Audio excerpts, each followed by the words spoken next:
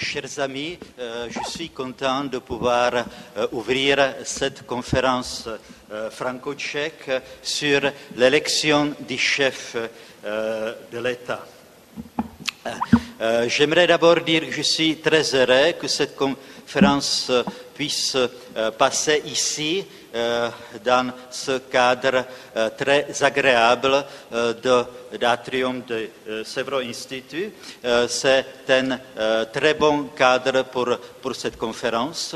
Je suis content surtout que nos amis français, dont la délégation est véritablement impressionnante, soient là.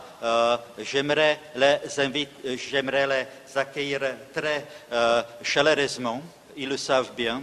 J'avais déjà l'occasion de le leur dire, mais il ne faut jamais hésiter à le redire à nouveau.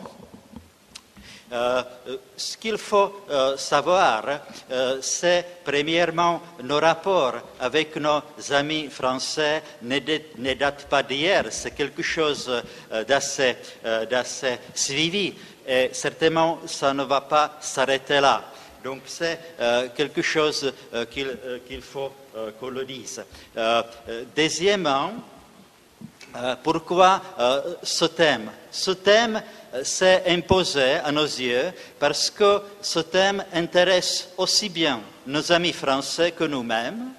Les expériences françaises peuvent être utiles pour nous, les Tchèques, et chez nous, vous savez très bien, et on va en parler surtout pendant la table ronde, mais aussi dans une des sections. Donc chez nous, on veut pour une énième fois introduire l'élection directe du chef de l'État. J'espère que ça ne va pas réussir, mais en tout cas, c'est quelque chose qui est très populaire et puis dont on parle beaucoup. Il faut donc l'analyser aussi par les constitutionnalistes et par les spécialistes de la politique comparée. Maintenant, je vous ai dit que la composition de la délégation française est très impressionnante. Je vais commencer par le président, comme il se doit, Jean-Claude Colliard.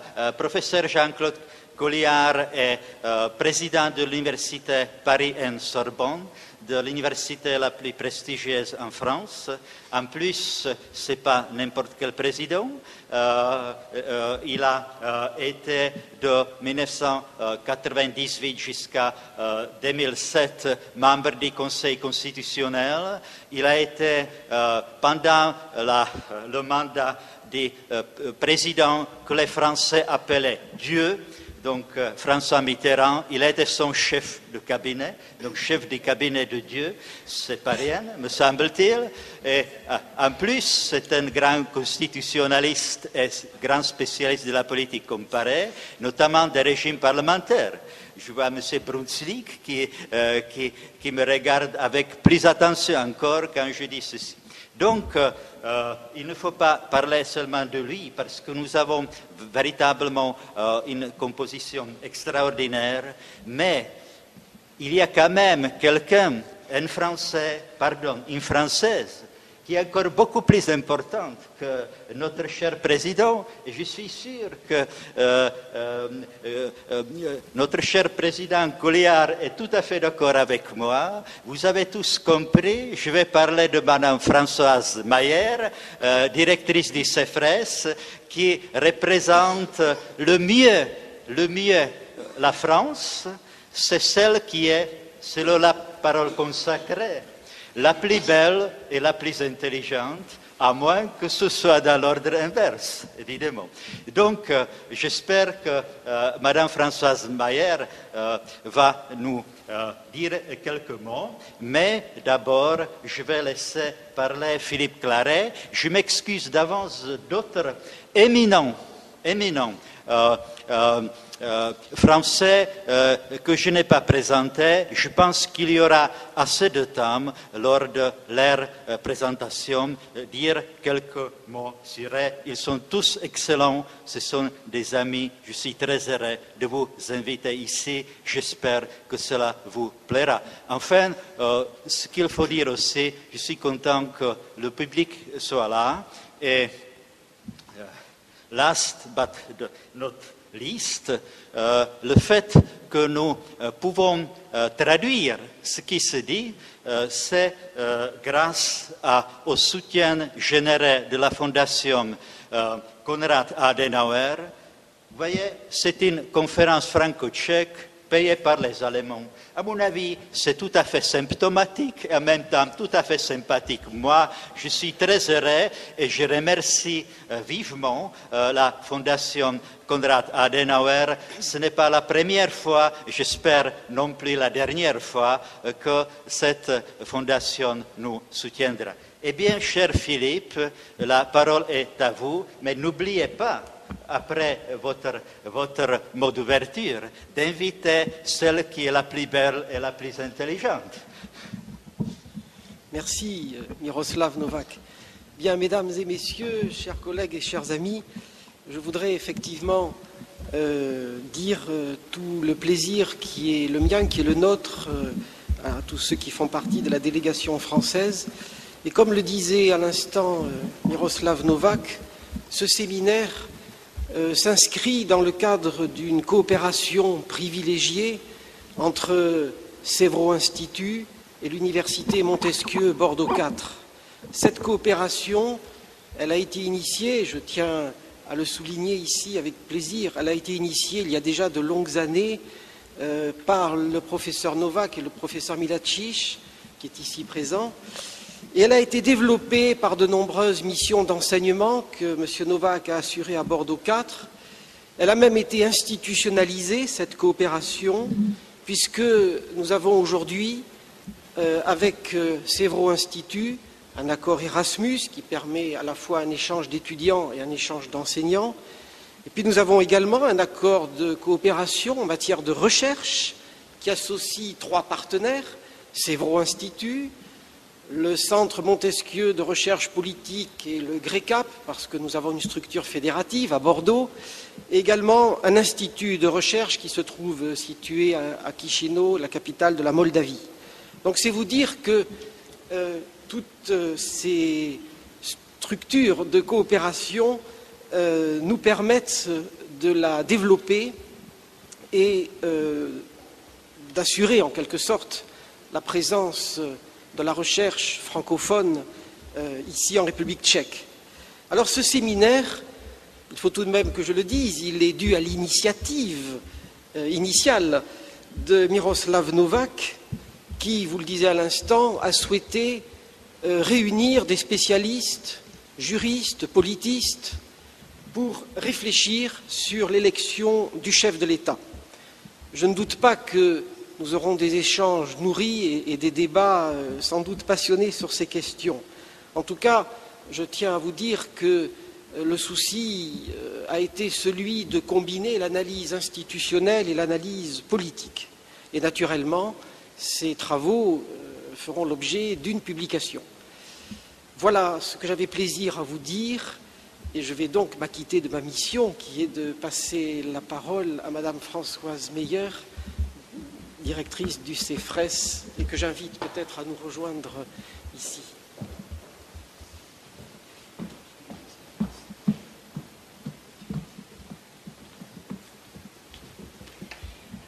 Bonjour. Donc c'est toujours un petit peu difficile de prendre la parole après les facéties de notre sympathique ami Miroslav Novák. En tous les cas, je suis très impressionnée par l'organisation de cette conférence. Tous les mérites, enfin la plupart des mérites en reviennent beaucoup à Miroslav Novák. J'en profite pour le remercier de nous avoir accompagnés depuis 20 ans dans l'aventure du CEFRES. Le CEFRES est ce centre français de recherche en sciences sociales qui fête dans une dizaine de jours sa 20e année d'activité à Prague. Nous sommes un institut qui sert surtout d'interface entre des réseaux, des équipes de chercheurs et des réseaux, d'abord français et tchèques, mais aussi à travers les coopérations que nous avons avec les Tchèques, avec d'autres partenaires centres européens. Donc les axes de recherche développés au CEFRES ont été traditionnellement beaucoup orientés vers la lecture de l'actualité centre-européenne. Ces derniers temps, il y a eu moins de politistes. L'année dernière, nettement moins, mais nous avons quand même été heureux de recevoir Philippe Claret dans nos murs. Et j'espère que ce nouveau rendez-vous sera le début d'une autre coopération sur des thèmes plus politologiques. Voilà. Donc je vous souhaite beaucoup de succès pour cette très belle rencontre entre chercheurs tchèques et français.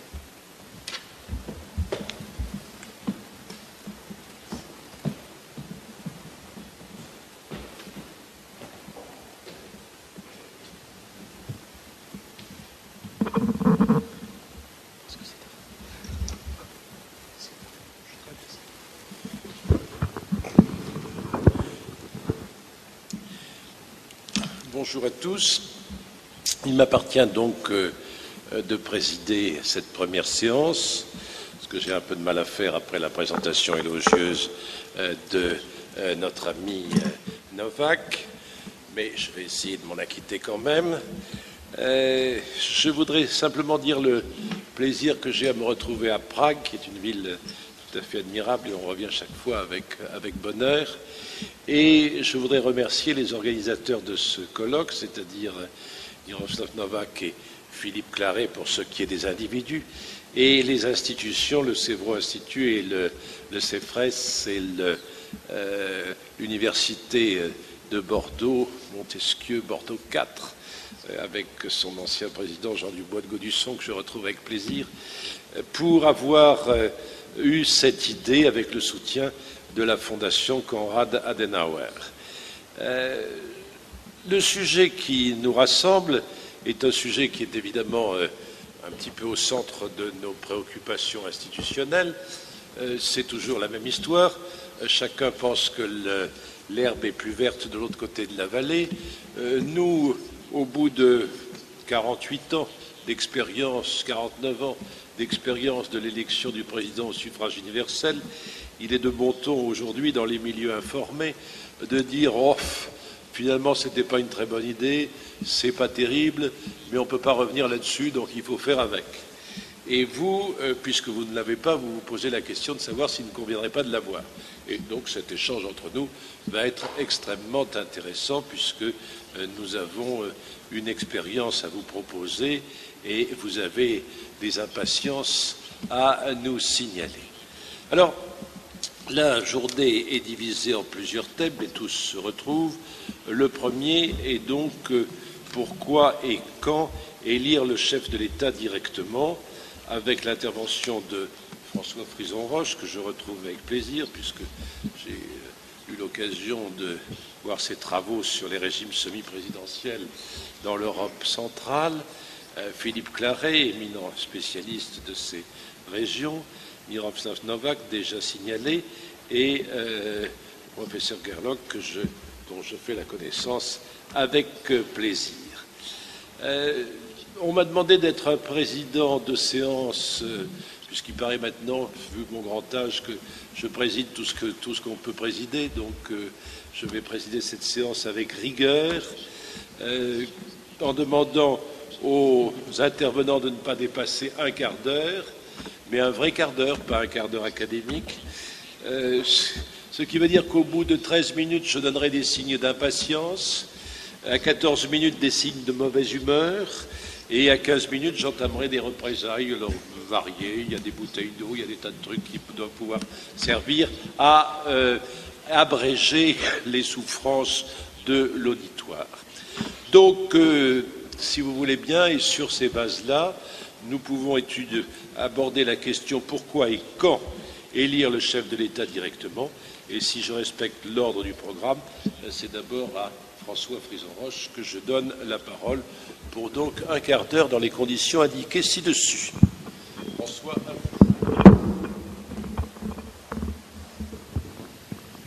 Je vous remercie, Monsieur le Président. Je ne voudrais quand même pas commencer sans moi aussi remercier le professeur Novak et les organisateurs. Le professeur Novak, ses collaborateurs aussi, qui ont eu la gentillesse de nous accueillir à Prague. J'ai intitulé mon intervention sur ce thème de l'élection du président de la République « Dissiper les ambiguïtés », du moins quelques ambiguïtés, et un président élu au suffrage universel, pour quoi faire? Alors, dans le cadre de ce séminaire, il y a justement, je pense, dès le départ, nécessité de dissiper quelques ambiguïtés, dans la mesure où le mode d'élection du président de la République n'est peut-être pas le choix juridique essentiel quand on élabore ou que l'on réforme une constitution. On pourrait tout à fait parler utilement de la durée du mandat présidentiel, du mode de scrutin utilisé pour élire les députés, car on verra qu'il y a un lien entre ces deux élections, voire de la concomitance éventuelle des élections présidentielles et des élections parlementaires.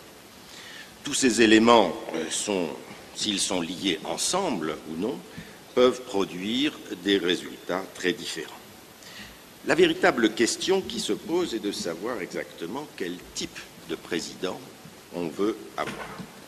Et c'est une fois cette décision prise qu'il faut définir à ce moment-là exactement les pouvoirs qui lui sont accordés et lui donner alors, grâce à sa désignation directe par le peuple, la légitimité démocratique qui lui permettra de les exercer. À quoi servirait en effet de faire élire un président de la République au suffrage universel, c'est-à-dire de lui accorder une légitimité équivalente à celle du Parlement, s'il ne peut pas pleinement exercer ses pouvoirs? Tels sont les deux points que je voudrais brièvement souligner dans mon intervention. Donc tout d'abord, dissiper quelques ambiguïtés.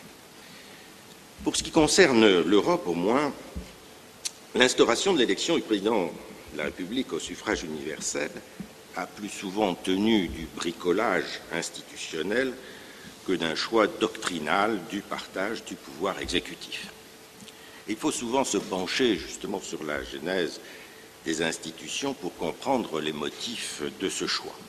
On retrouve par exemple ce mode d'élection dans des pays qui sont purement parlementaires. Je prendrai le cas de l'Irlande qui,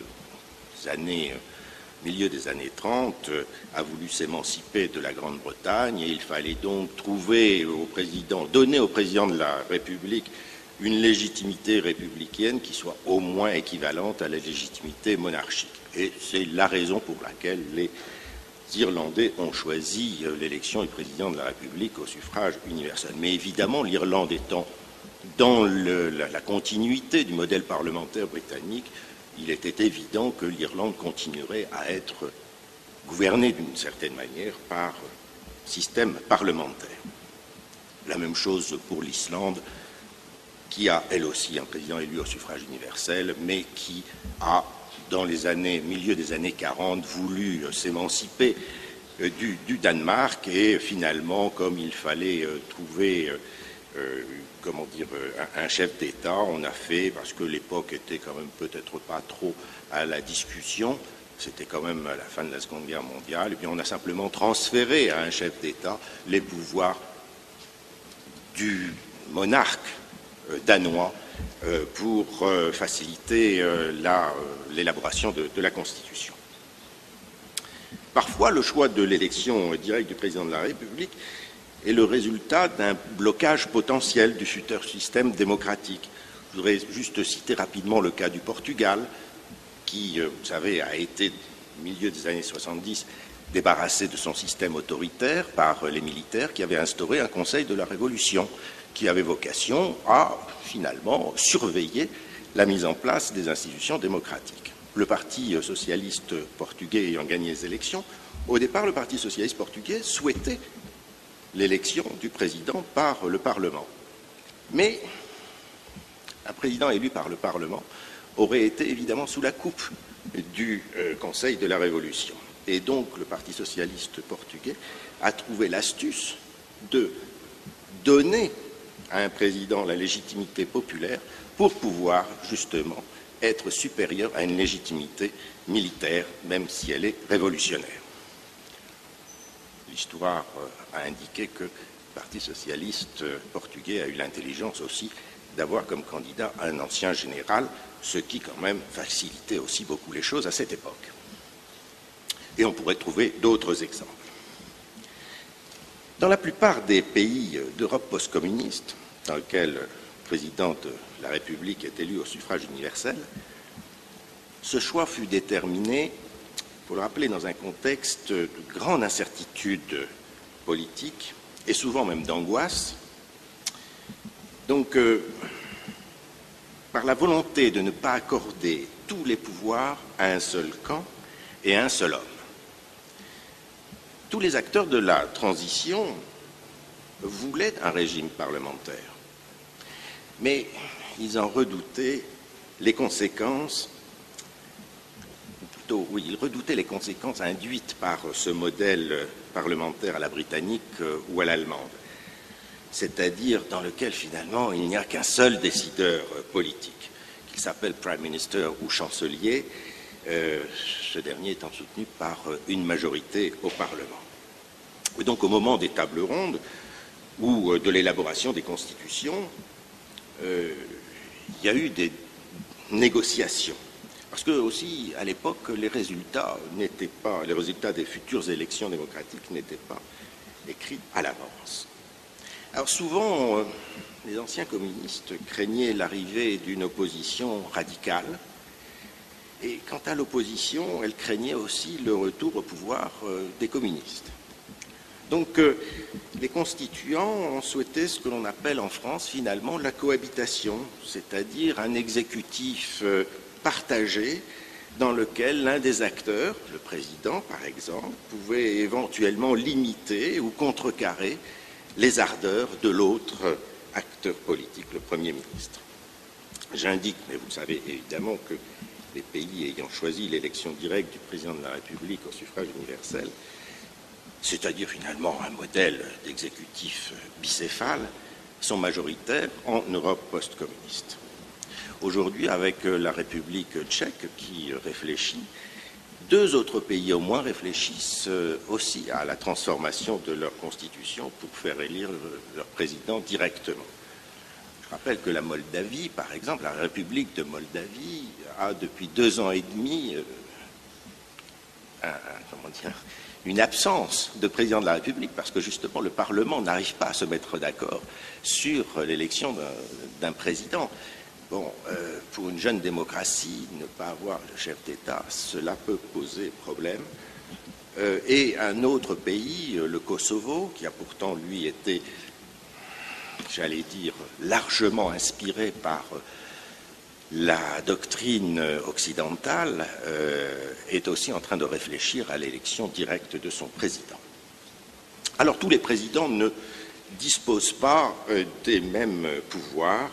Et c'est là aussi une clé du système. Le professeur Maurice Duverger faisait la distinction du président entre pouvoir de décision et pouvoir de codécision ou de blocage. Et je crois que c'est vraiment là la clé du système, car pour pouvoir utiliser ces pouvoirs, le président doit de toute façon disposer d'une légitimité démocratique. Accorder un pouvoir à un président, c'est une chose, mais ce pouvoir peut très vite être inhibé, voire limité, si le président ne dispose pas aussi de ce que j'appelle des pouvoirs périphériques, comme ceux liés à son information.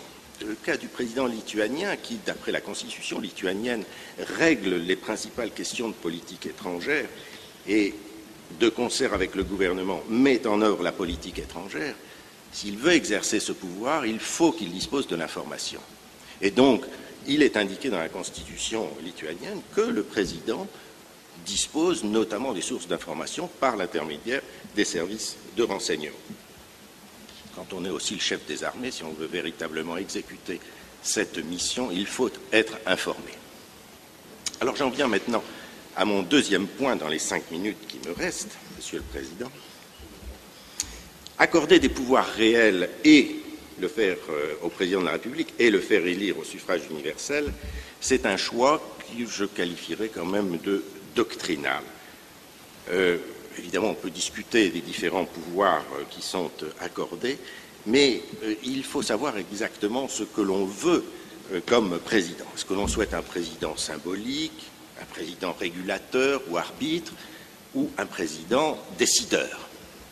Alors, si on souhaite un président de la République qui n'est qu'une figure symbolique, qui se contente, comme aurait dit le général de Gaulle, d'inaugurer les chrysanthèmes, évidemment, il n'est nul besoin de le faire élire au suffrage universel. Si on souhaite un président plutôt régulateur ou arbitre, il faut sans doute lui donner plus de pouvoir de codécision ou de blocage que de pouvoir de décision.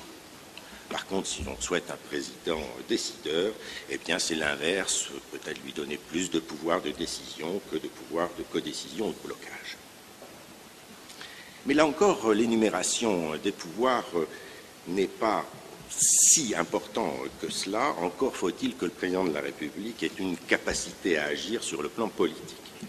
Et je reprendrai là encore le schéma de Maurice Duverger. Tout dépendra de la position politique du président de la République face à la majorité parlementaire et à la nature de cette majorité parlementaire.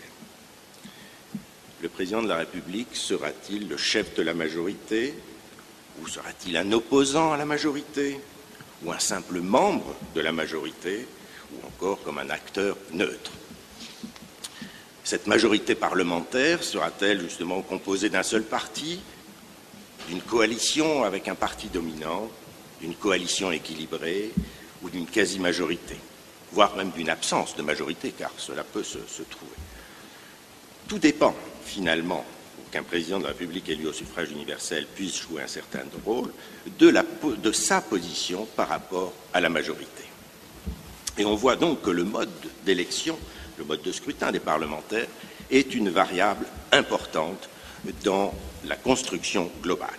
Si l'on prend le cas français du scrutin majoritaire à 2 tours et que le président est reconnu comme le chef de la majorité, eh bien on obtient ce que l'on a à l'heure actuelle, un hyper-président à la Sarkozy, j'allais dire.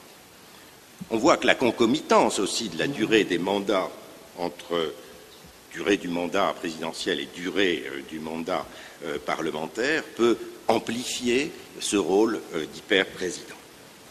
Je crois que les constituants de l'Est ont résolu ce problème en choisissant un mode de scrutin proportionnel, c'est vrai parfois plus ou moins majoritarisé, comme on dit, par des effets de seuil, ou un mode de scrutin mixte, comme par exemple en Lituanie.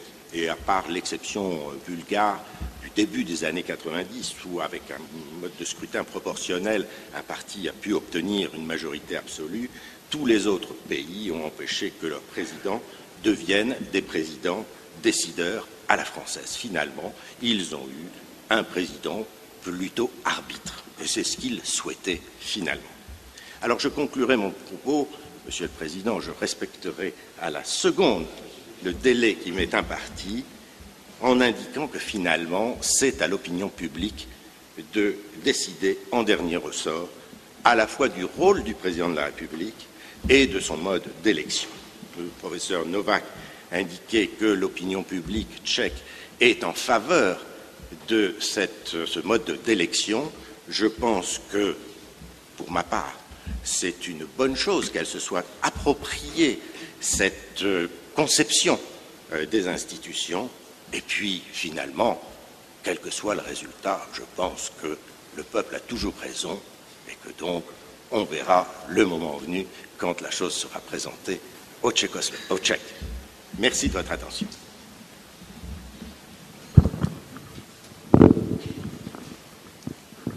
Merci, cher ami. Effectivement, vous avez scrupuleusement respecté votre temps de parole et je vous en remercie. J'espère que cet exemple sera suivi. Je retiens ce que vous nous dites, mais nous aurons l'occasion d'en parler. La dernière formule sur laquelle le peuple a toujours raison. Si j'ai bien observé ce qui s'est passé dans notre pays ces dernières années, le peuple a toujours raison, sauf lorsqu'il s'agit de l'Europe, où on considère que c'est quand même un peu trop compliqué pour lui en parler. Mais c'est un autre débat. Bien. Donc, je passe la parole maintenant à Philippe Claret, qui va donc nous parler des spécificités du semi-présidentialisme, concept sur lequel nous aurons l'occasion d'échanger certainement. Philippe, c'est à vous. Merci, Monsieur le Président. Effectivement, j'ai souhaité parler dans cette communication de la question théorique que pose en définitive le mode d'élection du chef d'État. François Frison-Roche, à l'instant, vient de nous expliquer qu'il s'agit, à juste titre, d'un problème de partage du pouvoir.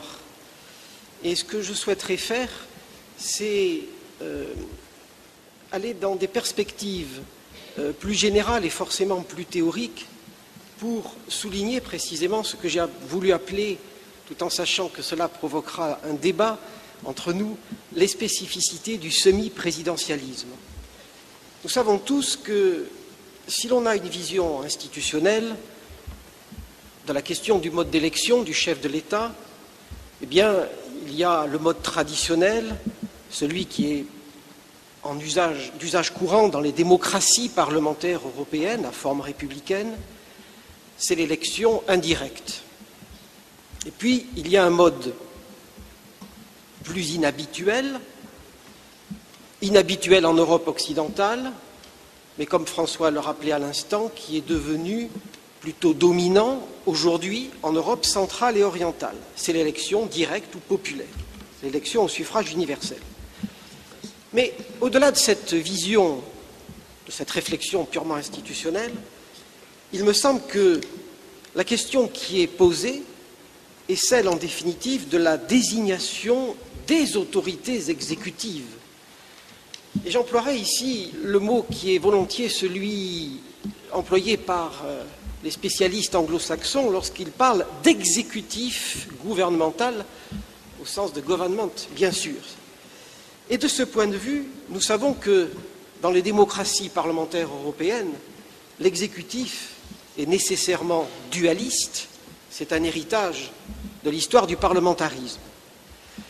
Mais nous savons aussi tous que les évolutions qui se sont produites, au fond, pour l'essentiel, depuis la deuxième moitié du XXe siècle en Europe occidentale, et aujourd'hui, depuis une vingtaine d'années, dans les pays d'Europe centrale et orientale, ont conduit à l'installation de ce que l'on appelle aujourd'hui volontiers des démocraties majoritaires, c'est-à-dire des régimes dans lesquels le peuple, en définitive, a la possibilité de choisir le titulaire de la fonction exécutive centrale, qu'il s'agisse, selon les cas, du chef du gouvernement, Premier ministre, ou du chef de l'État, président de la République.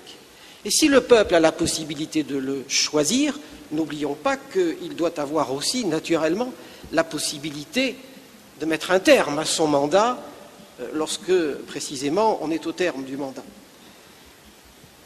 Cela se passe donc soit par l'intermédiaire, si je puis dire, d'élections législatives, soit par l'intermédiaire d'élections présidentielles lorsqu'elles se font au suffrage universel direct.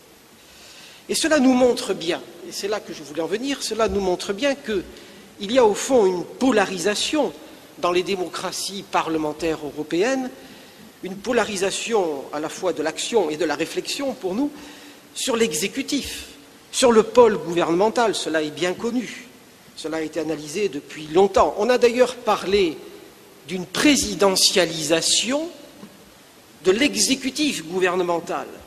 Cela a été dit depuis fort longtemps.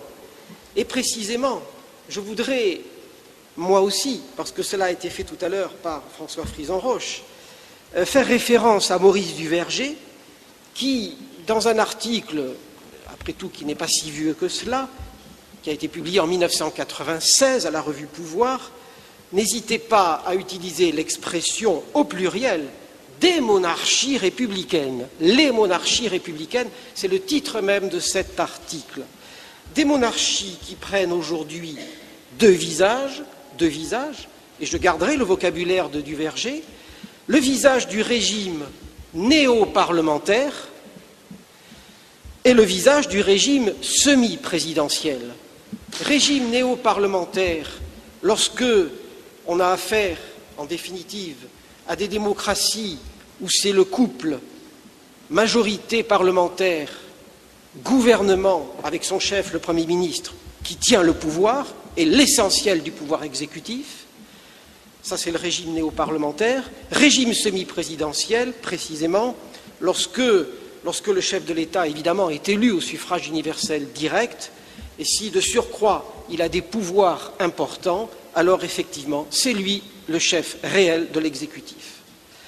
Et, précisément, vous l'avez bien compris, je voudrais insister, dans cette réflexion, sur les caractéristiques de ce régime semi-présidentiel.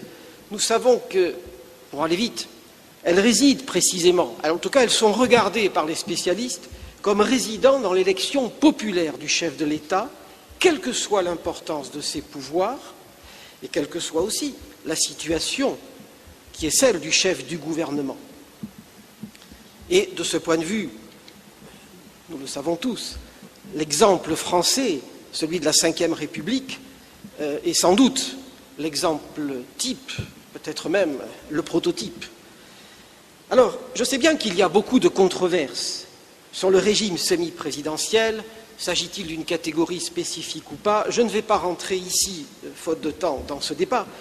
Pour ma part, permettez-moi de dire que je suis convaincu, je reste convaincu de la pertinence de ce modèle analytique et toujours dans le sillage de Maurice Duverger, mais là je fais allusion à un ouvrage plus ancien qu'il avait écrit en 1961, c'est-à-dire au début de la Ve République française, et qu'il avait intitulé « La Sixième République et le régime présidentiel ». Eh bien, Maurice Duverger lui-même évoquait déjà le terme de semi-présidentialisme. Semi-présidentialisme dans le cadre de ces démocraties parlementaires européennes. Alors effectivement, cela permet de souligner cette désignation directe par le peuple du chef de l'État, président de la République. C'est le sujet qui nous occupe aujourd'hui. Désignation directe dans le cadre, il est vrai, je l'ai rappelé tout à l'heure, d'un exécutif qui reste dualiste. Et pour ma part, je pense que l'élection directe populaire du chef de l'État ne préjuge pas de la nature de ce dualisme de l'exécutif, dont nous savons qu'il pourrait être, c'est peut-être théorique de dire cela, il pourrait être égalitaire, mais il est plus souvent, il est vrai, inégalitaire, ce dualisme. Inégalitaire, si je reviens au cas français, nous savons bien sûr que c'est au profit, en faveur du chef de l'État. En tout cas, dans cette perspective, je voudrais souligner que la question de l'élection du chef de l'État ne peut pas être, à mon sens, traitée en elle-même et pour elle-même, mais seulement dans la perspective plus générale et forcément plus théorique de ce qu'on appelle, de ce qu'il est convenu d'appeler aujourd'hui la gouvernance globale des démocraties parlementaires. Et dans cette perspective, eh bien, je voudrais m'attacher, dans le temps qui m'est imparti, je voudrais m'attacher à souligner deux idées qu'il faut prendre bien entendu comme deux hypothèses de travail, puisque nous sommes là pour débattre, deux hypothèses qui me permettront de vous dire, en tout cas de vous proposer, que l'idée que le semi-présidentialisme, et par conséquent l'élection populaire directe du chef de l'État, est induite par l'évolution des sociétés démocratiques contemporaines, mais elle est aussi, je crois fortement, le fruit d'un héritage constitutionnel et politique particulier. Et le cas français, ici, le montre bien. Alors, première hypothèse, rapidement, bien sûr, première hypothèse, l'élection directe du chef de l'État dans une démocratie parlementaire est, à mon sens, une procédure, permettez-moi d'employer ce terme ici, une procédure induite, une formule induite par l'évolution des sociétés démocratiques. En effet, ces sociétés démocratiques manifestent très clairement le besoin très fort qui existe d'un lien entre le chef de l'exécutif, le chef réel de l'exécutif, et le peuple souverain. Et ce besoin, bien des spécialistes ont cherché à l'analyser. Je dis des spécialistes, il est vrai, au-delà des juristes et même des politistes, en soulignant qu'il y a un besoin d'incarnation du pouvoir politique qui se manifeste, qu'on le veuille ou non, dans les démocraties contemporaines. Un besoin d'incarnation qui se double, en quelque sorte, d'un besoin de personnalisation, l'idée n'est pas nouvelle, un besoin de personnalisation du pouvoir national au sommet de l'exécutif. Et à cet égard, on comprend bien que, lorsque c'est la formule qui est choisie, eh bien, l'élection directe, l'élection populaire du chef de l'État va répondre pleinement à ce besoin. Besoin qui, faut-il le dire ici, besoin qui est induit lui-même aussi, ou développé, je ne sais comment il faut dire, par la société de communication, ce qu'on appelle la médiatisation de la vie politique, mais qu'il faut bien prendre en compte. C'est une donnée incontournable. Eh bien, tout ceci, évidemment, nous montre qu'il y a une traduction institutionnelle, peut-être privilégiée, c'est justement la désignation directe du chef de l'État lorsqu'on est en régime semi-présidentiel. Et si ce n'est pas le cas, bien sûr, il faut le rappeler, c'est une désignation indirecte dans le cadre du régime dit néo-parlementaire, où l'on sait tous comment, en définitive, le chef du gouvernement est élu indirectement par le peuple à travers les élections législatives. Le cas britannique est évidemment lui aussi ici typique. En toute hypothèse, on est en présence de ce que les spécialistes constitutionnalistes, cette fois-ci, ont appelé depuis longtemps un monarque temporaire, c'est-à-dire un monarque républicain, certes, qui a un mandat limité dans le temps. Et je reprendrai également l'analyse que faisait un célèbre constitutionnaliste, André Horiou. J'évoque ici un manuel déjà très ancien, en tout cas dans une édition de 1975, mais que j'affectionne particulièrement, parce qu'André Horiou nous explique, je crois de manière très pertinente, que les sociétés démocratiques modernes se caractérisent par la nécessité d'octroyer, je le cite, un forfait de confiance au chef de l'exécutif. Ce chef de l'exécutif pouvant être bien sûr le chef de l'État dans le cadre du semi-présidentialisme, ou alors ce sera le chef du gouvernement dans le régime dit néo-parlementaire. Naturellement, ce forfait de confiance doit être assorti d'un contrôle politique que doit pouvoir exercer le corps électoral. Et tout ceci m'amène également à reprendre la question que formulait tout récemment un philosophe qui posait la question suivante: les démocraties peuvent-elles se passer de grands hommes? C'est le titre même d'un article de Pierre-Henri Taboyot dans un numéro paru à la Documentation française. Et la réponse que donne ce philosophe est une réponse négative. Non, parce que même dans les régimes démocratiques, il y a besoin d'autorité, l'autorité se manifestant alors soit par le savoir, c'est l'expertise, soit par le charisme, en tout cas par le leadership. Alors, au-delà de cet aspect, et je crois qu'il me reste un tout petit peu de temps, Monsieur le Président, permettez-moi de présenter brièvement la deuxième piste, la deuxième réflexion, la deuxième hypothèse que je vous propose, que je soumets en tout cas à votre appréciation. C'est pour dire que l'élection directe du chef de l'État dans une démocratie parlementaire m'apparaît comme le fruit d'un héritage constitutionnel et politique particulier, spécifique. Et peut-être alors faut-il reconnaître que cette formule de l'élection directe n'est pas applicable partout. Le semi-présidentialisme finalement, on s'en aperçoit bien en France, pardonnez-moi de parler de la France, mais j'ai déjà dit que c'est bien sûr un exemple particulièrement significatif, le semi-présidentialisme, je le crois profondément, est une formule spécifique à une culture politique et peut-être même plus à une société politique. Le cas français, bien sûr, ici est très démonstratif. Vous savez qu'on a depuis longtemps dit à propos de la Ve République qu'elle était un régime à la fois orléaniste et césariste, pour faire allusion à deux pratiques spécifiques héritées de notre histoire politique et constitutionnelle. Et il suffit de se rappeler d'ailleurs ce que le général de Gaulle disait lui-même dans une célèbre conférence de presse en 1964, lorsqu'il soulignait qu'il ne saurait y avoir de diarchie au sommet de l'exécutif. Façon de souligner qu'il ne peut y avoir d'autorité qu'à celui qui est au sommet de l'État, et dans sa tête, bien sûr, clairement, il s'agissait du chef de l'État. Et on retrouve ici d'ailleurs l'analyse célèbre aussi que faisait Georges Burdeau au début de la Ve République, en distinguant pouvoir d'État et pouvoir démocratique. Le pouvoir d'État étant celui qui met en communication directe le chef de l'État et le peuple, le pouvoir démocratique étant celui qui correspond au mécanisme du circuit parlementaire classique, le fameux couple majorité parlementaire-gouvernement.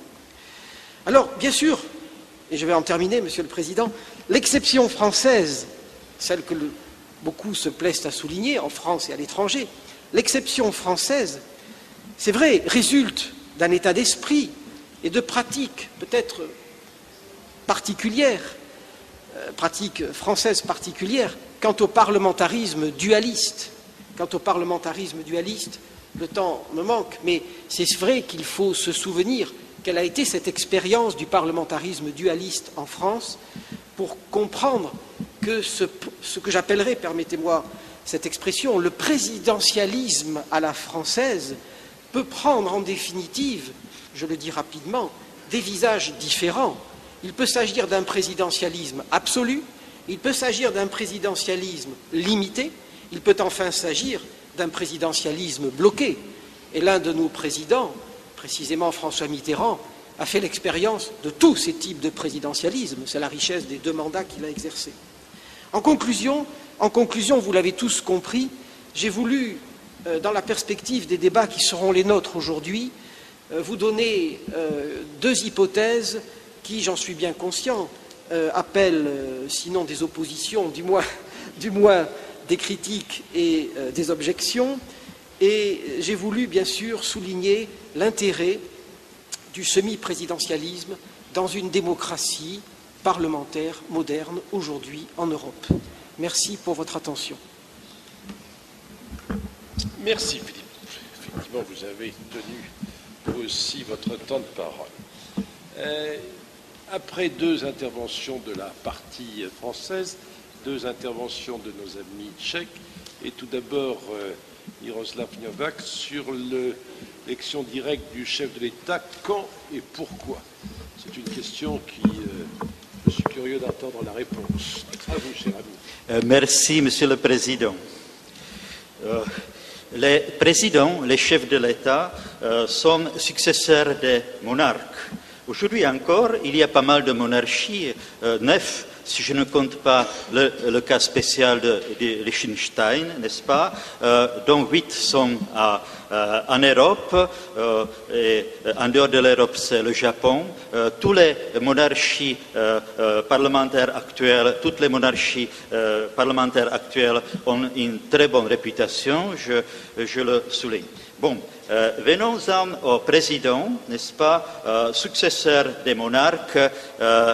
Mon ami Philippe Claret a très bien rappelé l'expression de Maurice Duverger, monarchie républicaine, qui s'applique particulièrement bien à la France, n'est-ce pas? Et donc, si nous prenons uniquement les présidents, je pense que la distinction entre élection directe et élection indirecte n'est pas fondamentale. En réalité, si le président est élu par une assemblée électorale qui n'a rien à voir avec les assemblées parlementaires, la situation est pratiquement comme si le président était élu directement. Donc, on passe évidemment aux États-Unis en premier lieu, n'est-ce pas? D'ailleurs, l'exemple des États-Unis, je vais en parler encore dans un autre contexte. Donc, l'opposition, élection directe, élection indirecte, est donc trompeuse, à mon avis, et de faible importance. Il y a d'abord des monarchies qu'il faut mettre ensemble avec l'élection indirecte, n'est-ce pas, de ce qui augmente le nombre de pays sans élection directe. D'autre part, certaines formes d'élection indirecte sont à mettre ensemble avec l'élection directe, comme je viens de le dire. Si tout de même on se limite au cas de l'élection directe, la question se pose quand on peut souhaiter ou recommander. Actuellement, on peut diviser les régimes politiques actuels, le régime démocratique, n'est-ce pas, en quatre. Évidemment, la typologie que je vais dire ici n'est pas la seule possible, mais bon, je prends celle-ci, je n'ai pas le temps d'en discuter beaucoup, et si j'en discutais beaucoup, le président me gronderait certainement. Vous voyez. Donc, 4 régimes politiques, parlementaires, présidentiels, semi-présidentiels et directorial. J'ai commencé, ça va peut-être vous surprendre, par le régime directorial, mais ça s'impose pour moi, évidemment. Mais la Suisse, qui est effectivement, comme le président l'a rappelé, actuellement uniquement en Suisse, il n'y a pas de président à proprement parler. Certes, un membre du collège gouvernemental appelé, ce collège gouvernemental, Conseil fédéral, est nominalement président pour une année seulement, sans aucune compétence supérieure à ses collègues, n'est-ce pas, et il ne peut pas être réélu tout de suite.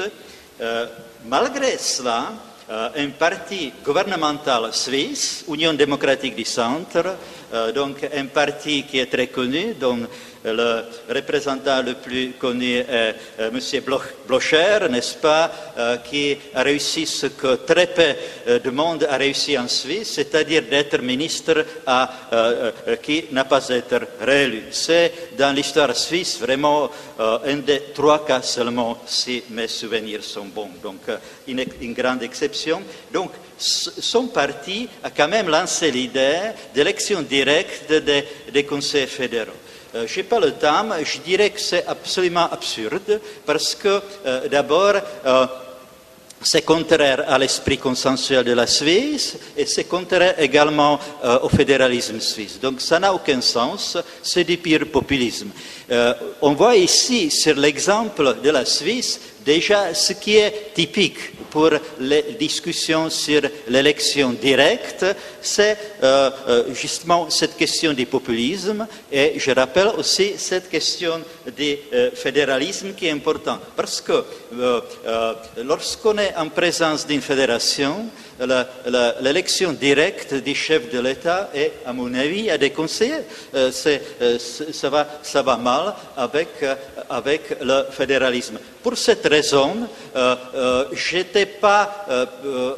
pas suivi le chorus de critiques ridiculisant les États-Unis pendant la première élection de George Bush Jr. Vous vous souvenez comment on a ridiculisé les États-Unis, ce pays moderne qui a un mode d'élection du président archaïque, etc., etc. Vous pouvez dire tout le mal que vous voulez sur l'élection du président aux États-Unis, mais ce mode d'élection tient compte du fait que les États-Unis sont une fédération. Et si on introduisait le mode d'élection tel qu'il est en France, eh bien, ce ne serait pas conforme à l'esprit du fédéralisme, à mon avis. Donc,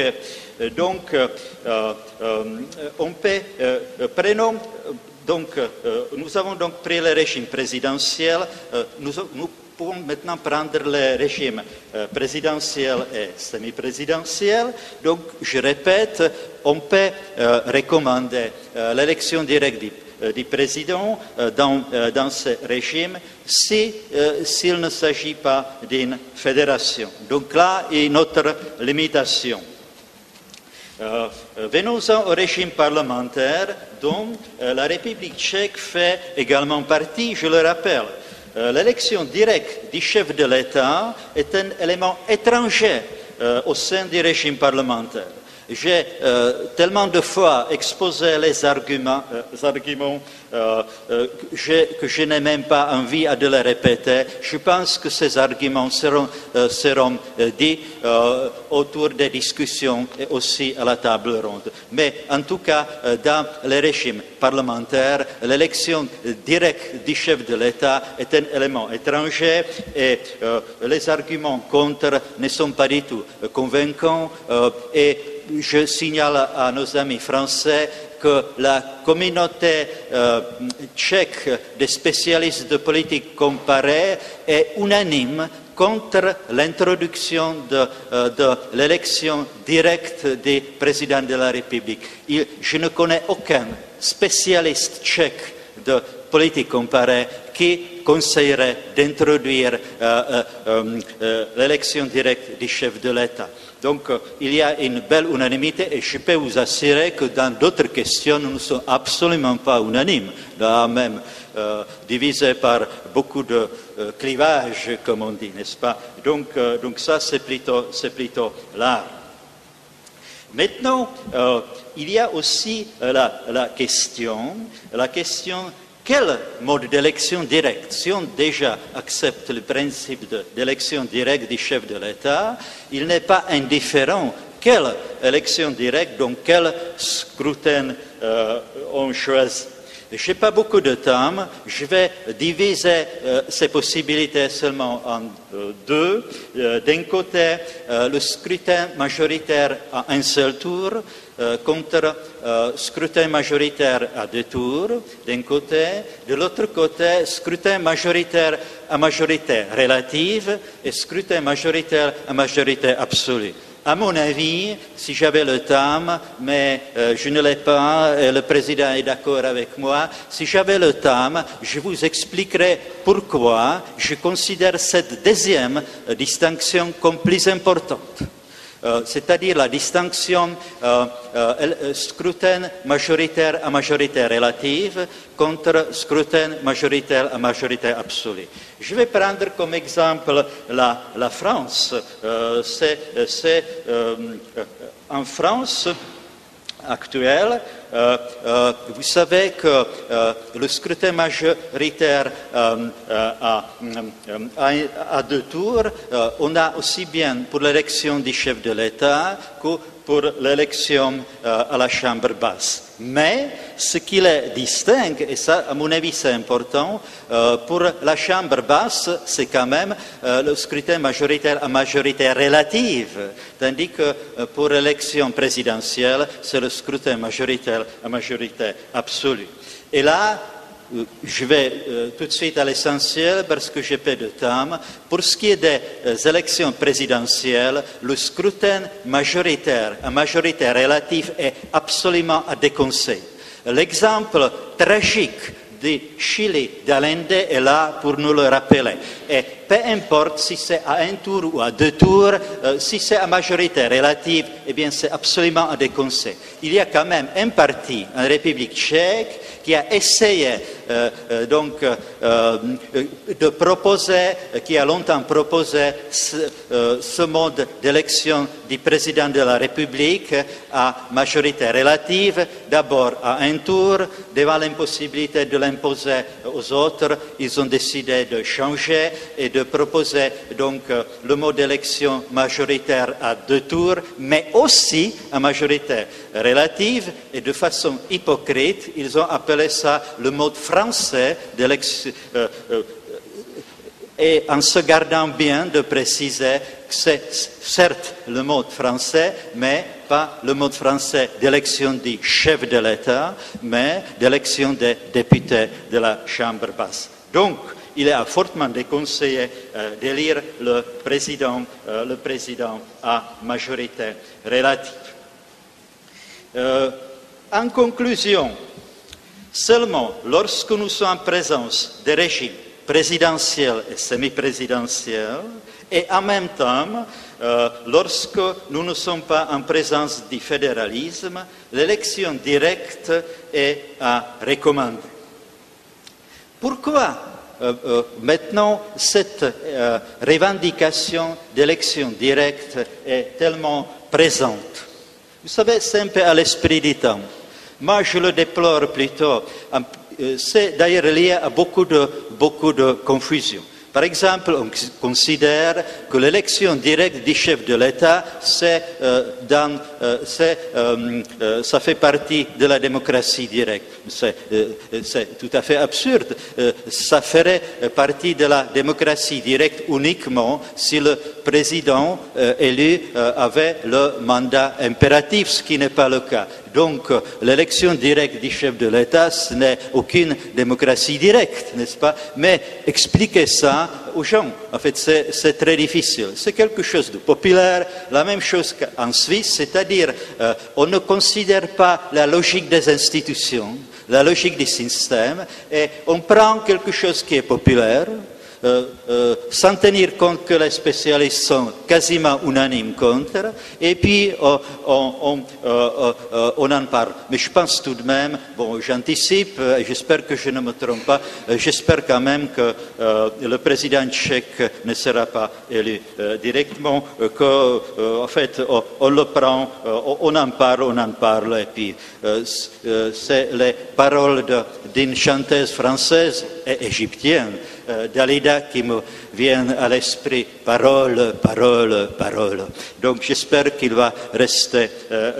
va rester là. Donc c'est ce populisme qui me semble à l'origine de cet intérêt excessif à l'élection directe. L'expérience lamentable israélienne de l'élection directe du Premier ministre montre d'ailleurs quels sont les pièges de l'élection directe. C'est une triste réalité que ce principe d'élection directe du Premier ministre a été proposé par de nombreux politologues, je préfère le terme politologue, non pas politiste, ça ne me plaît pas, Philippe Claret le sait, donc de nombreux politologues l'ont conseillé à l'Israël, l'Israël l'a introduit, l'expérience était lamentable, quand même. Parmi ces politologues, l'un des tout premiers quand même qui a proposé cela, c'était Maurice Duverger. Moi, en fait, déjà dans une période très antérieure, mais il a d'abord proposé l'élection directe du Premier ministre, donc ça, c'est tout de même à retenir. Moi, je connais mon Duverger, cher Philippe, vous n'êtes pas le seul à lire Maurice Duverger. Donc, cette expérience a terminé très mal et elle a montré quels sont les pièges. Ici en République tchèque, on veut tout le monde élire directement, par exemple les maires. Il y aurait les mêmes problèmes qu'avec l'élection directe du Premier ministre en Israël, les mêmes problèmes. Mais on ne regarde pas la logique des institutions, on veut absolument ce populisme. Bref, je pense que vous avez compris.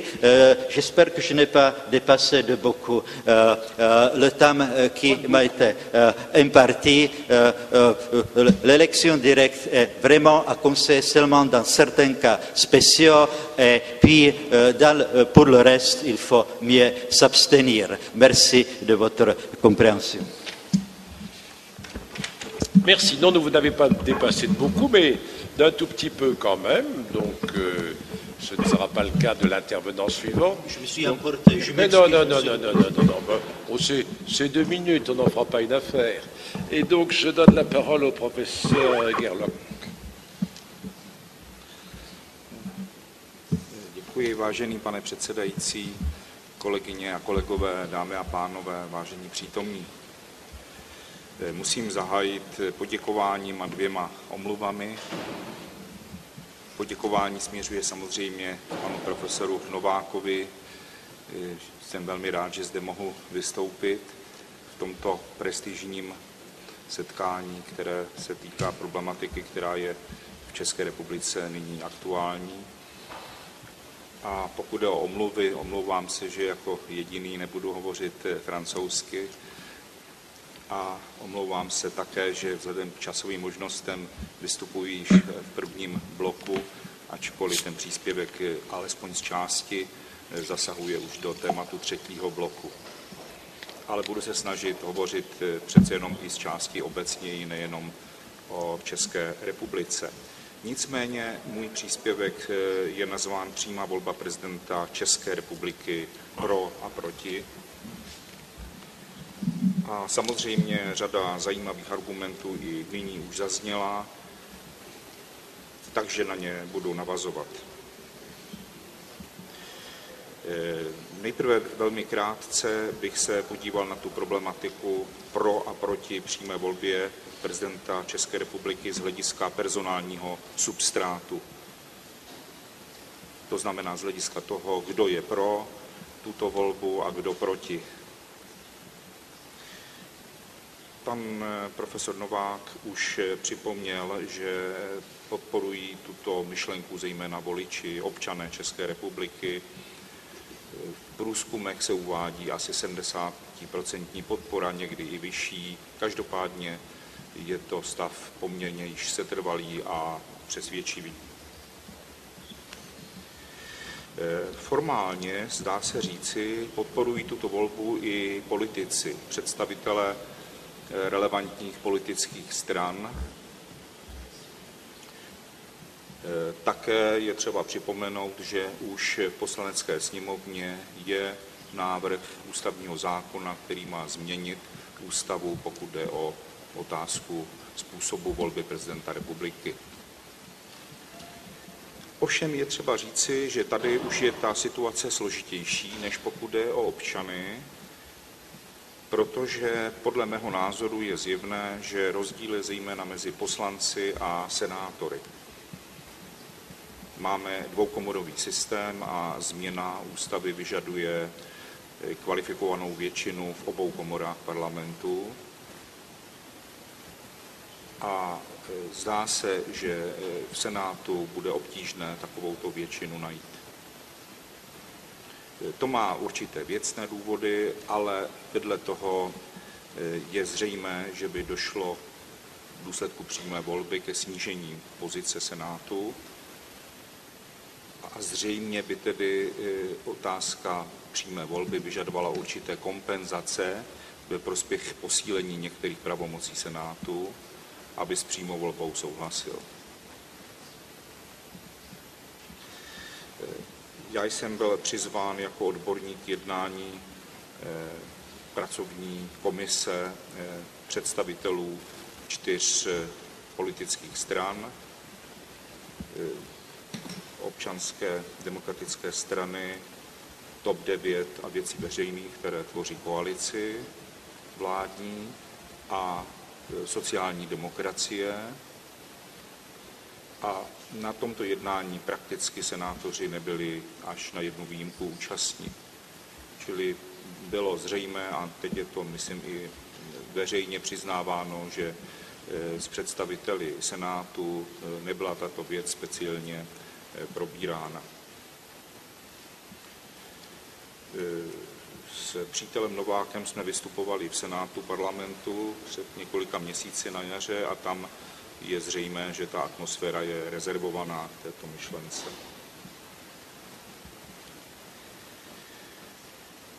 Potom bych upozornil také na určitý rozdíl mezi vnějšími postoji a vnitřním přesvědčením. I tam, kde tedy se vnějšně deklaruje souhlas s myšlenkou přímé volby, tak se zdá, že to vnitřní přesvědčení politické reprezentace není tak silné, ale zase ta problematika může být složitější. Připomněl bych aktuálně, že v sobotu na sněmu jedné z vládních stran, TOP 9, bylo v podstatě už téměř jakoby polooficiálně řečeno, že se s přímou volbou nedá příliš počítat, ale reakce jiné vládní strany včera Věcí veřejných byla, že je třeba o tom i hned jednat na úrovni koalice, protože přímá volba byla přislíbena jako jeden z bodů ve volebním programu a je, jak už jsem řekl, v Poslanecké sněmovně i formální návrh ústavního zákona. Bude tedy zřejmě v nejbližších týdnech předmětem diskusí.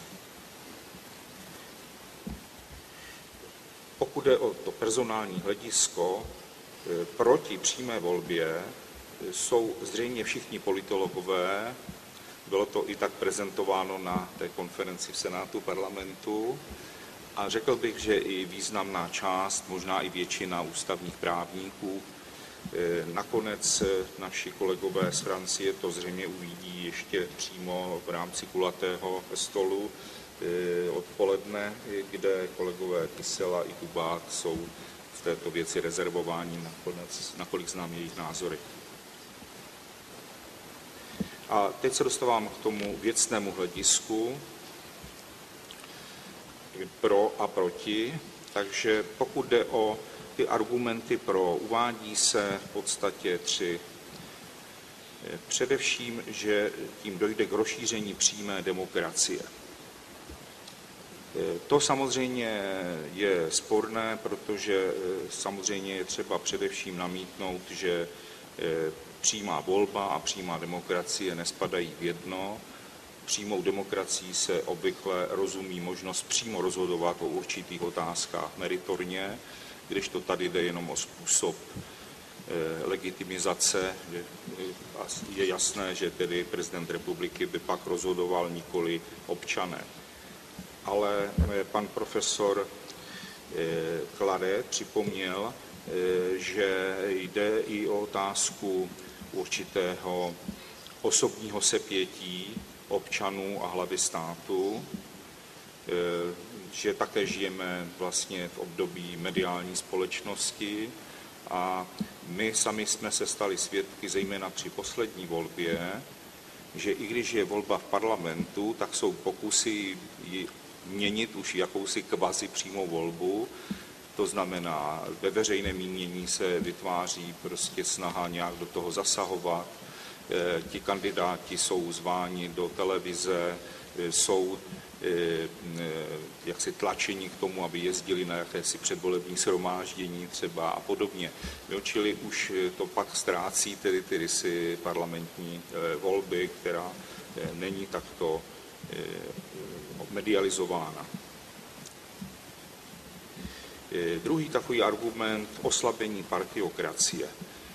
Tento argument vlastně souvisí s tím, že myslím si ve veřejnosti sílí představa, že příliš silná je úloha politických stran, že se vytvořil jakýsi klub politických stran, které rozhodují a že je třeba něco s tím udělat a jednou z těch možností, že by bylo právě, aby občané přímo volili prezidenta republiky.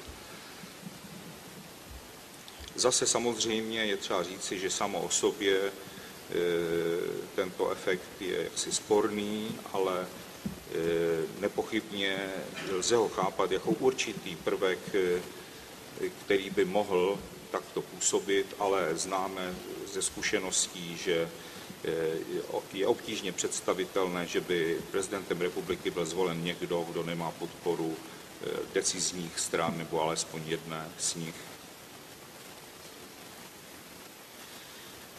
Nicméně určitý prvek konfliktu mezi prezidentem a parlamentem, a tedy nakonec i vládou, je vlastně v té myšlence přímé volby podle mě zakotven, zakódován. S tím souvisí třetí argument, a to je oslabení parlamentní formy vlády.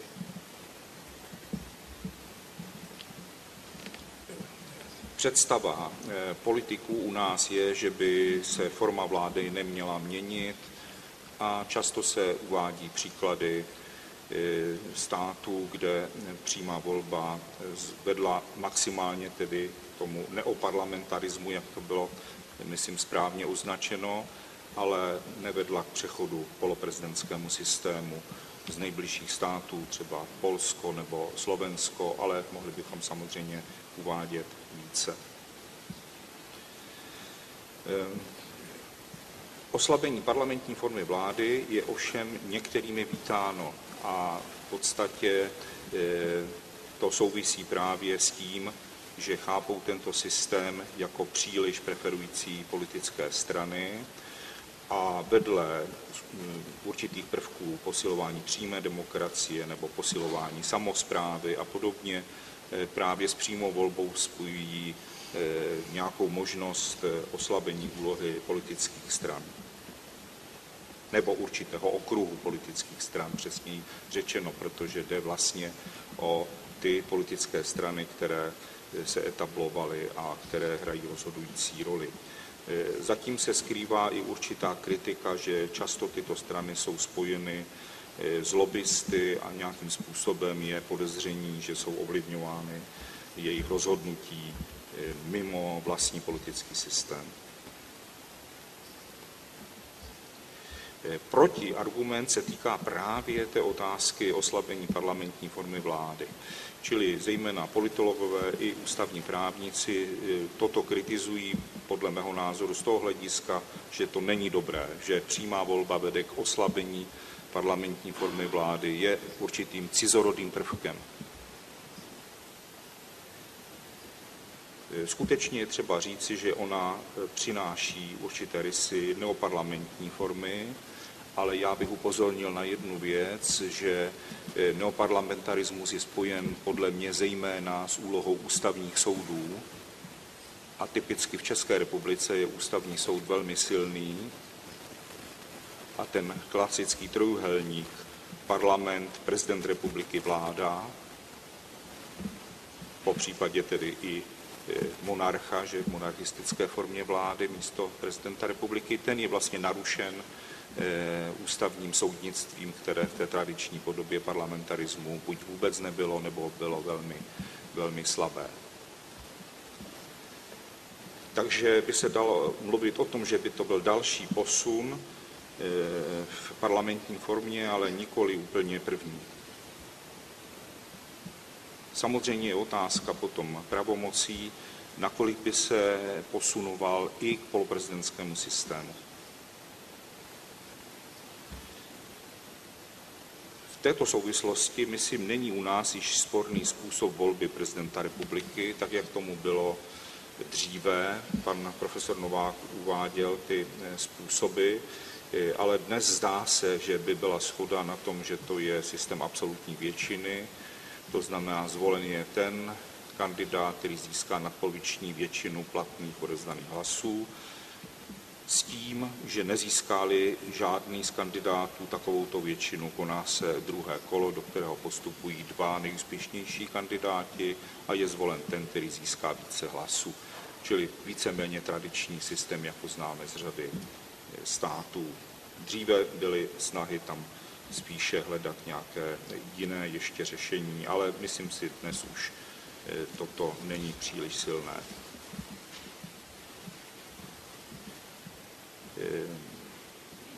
Délka volebního období by zůstala 5 let, takže ta otázka také už zmíněná by neměla být klíčová ve vazbě na zejména volby do Poslanecké sněmovny, ale je tam zajímavý moment, že vzhledem k tomu, že Česká republika vznikla 1. ledna 1993, tak první volby byly hned poměrně brzo v zimě a teď to období končí 7.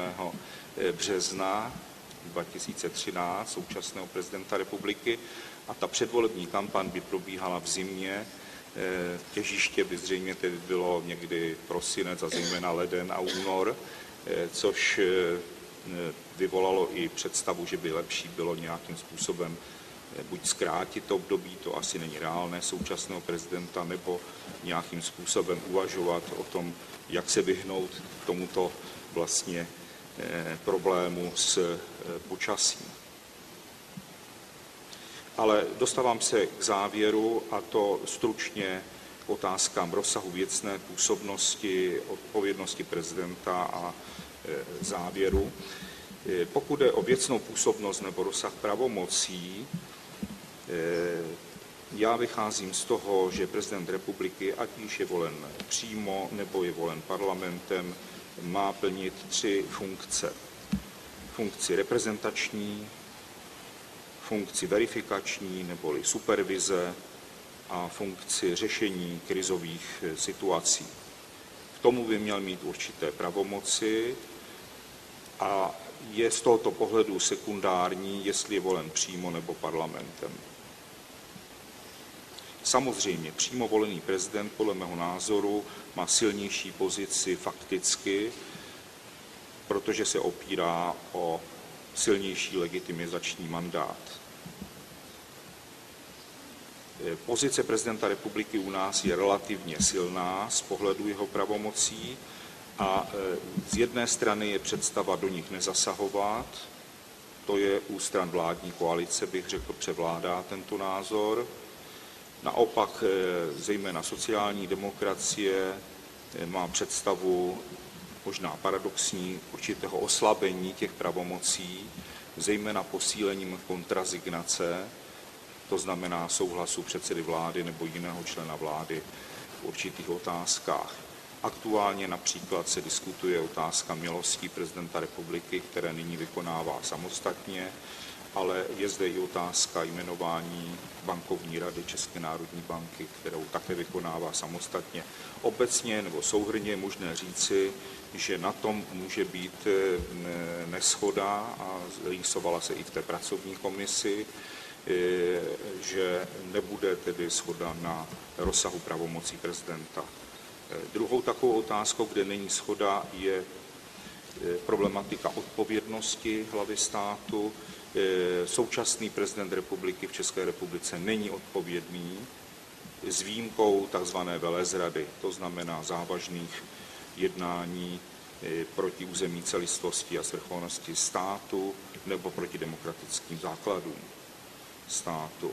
Navrhuje se, aby zde se doplnila tato možnost ještě o hrubé porušování ústavy.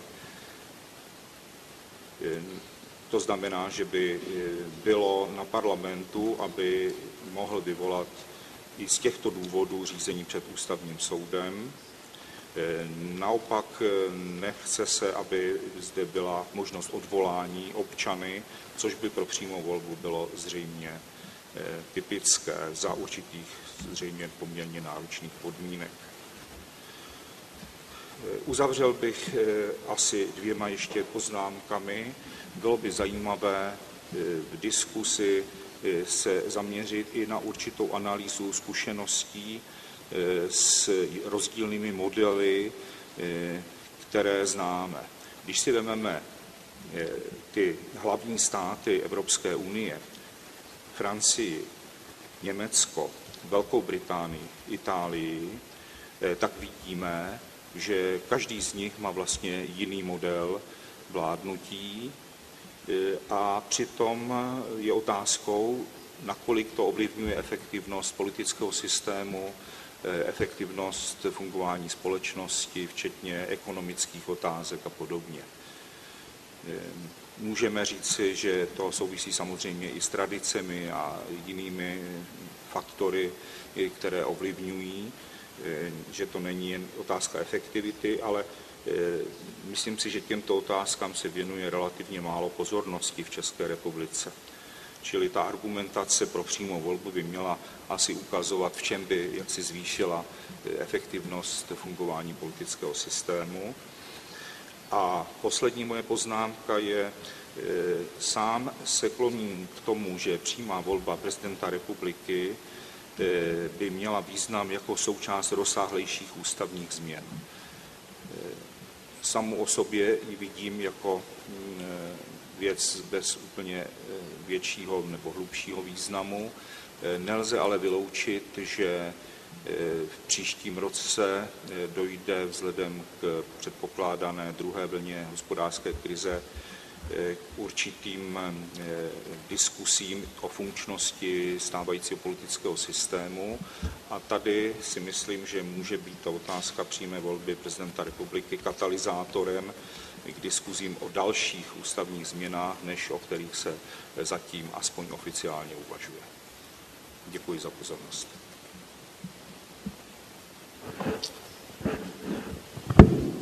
Merci, mon cher collègue, de ces remarques qui, effectivement, nous retrouverons plus tard dans la discussion.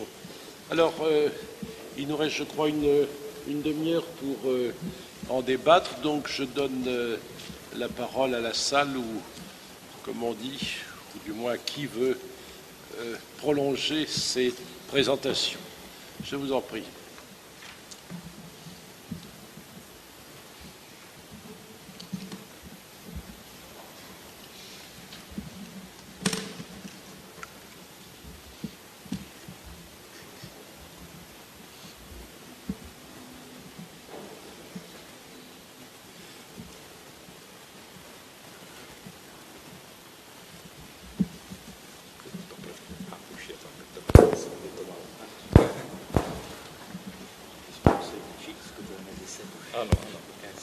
Merci. Dobrý den, já bych chtěl do té diskuze přispět několika poznámkami. Ta první poznámka míří k tomu, o čem vlastně hovořil pan profesor Gerloch, a to je otázka té efektivity. Já se velmi důvodně obávám, a já taky patřím mezi ty politology, kteří jsou poměrně ostře proti přímé volbě, že minimálně v českých podmínkách by přímá volba znamenala spíše snížení efektivity. A to z toho důvodu, že by do už tak dost konfliktního politického systému, mimo jiné konfliktního z toho důvodu, že máme velmi zásadní problémy se sestavováním akceschopných vlád a že v těch vládách často zasedají strany a za ně zástupci, kteří jsou ve velkém konfliktu osobním a politickém a tak dále, tak myslím, že by to spíše vedlo k menší efektivitě, protože by to do značné míry podvazovalo akceschopnost vlády. A konec konců, když se podíváme na zásahy obou dosavadních prezidentů, a to byli tedy prezidenti, kteří nebyli přímo voleni, tak často ty jejich zásahy byly poměrně dost destruktivní z hlediska vládní soudržnosti a efektivity vlády. Takže to je poznámka číslo 1 a já bych velmi rád samozřejmě slyšel tady i naše milé francouzské hosty, aby se k této otázce vyjádřili. Druhá poznámka potom míří k tomu, co tady bylo řečeno o vycházení vstříc určitým náladám ve společnosti. Samozřejmě, myslím, že to je obecný problém řady evropských zemí, že to odcizování politické elity od společnosti je pociťováno jako velký problém, ale obávám se, že řešení toho typu, které tady teď máme na stole, takže jde přímo proti smyslu. Protože mimo jiné, podle mého názoru, veřejnost očekává od politiků určitou rozhodnost a určitou efektivitu při řešení některých zásadních problémů.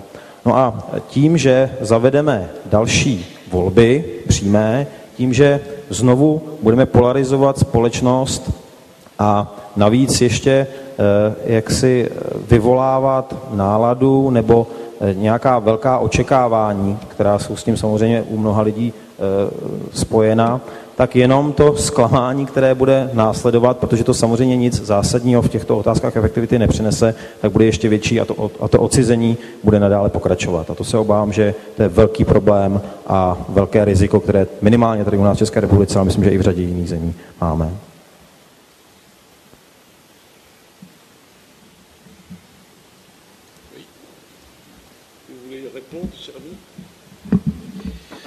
Je pense que les participants français étaient interpellés aussi, mais comme vous m'avez donné la parole, cher président, donc je dirais quelque chose.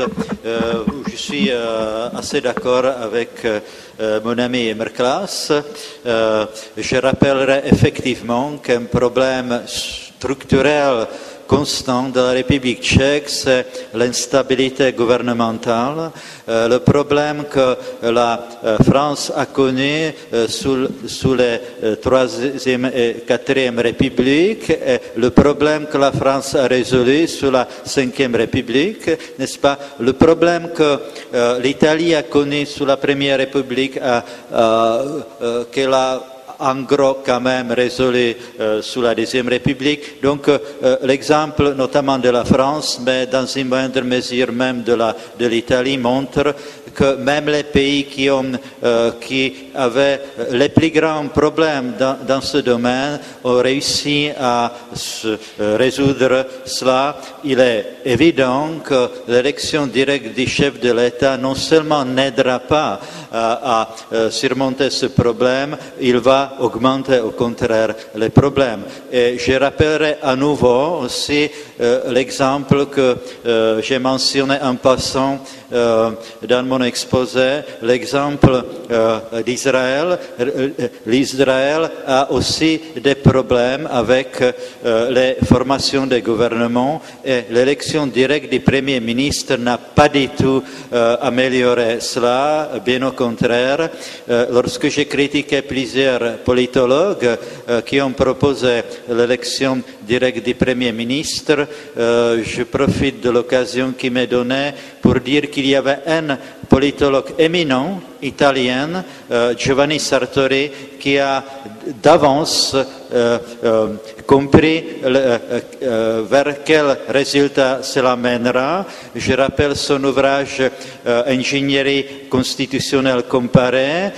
J'ai la première édition de 1994. Il a exactement prévu ce qui se passerait en Israël. Donc, il y a quand même quelques politologues qui ont prévu cela. Mais l'exemple mauvais exemple d'Israël, comme on sait, a abandonné depuis cette élection directe du Premier ministre et quand même a médité.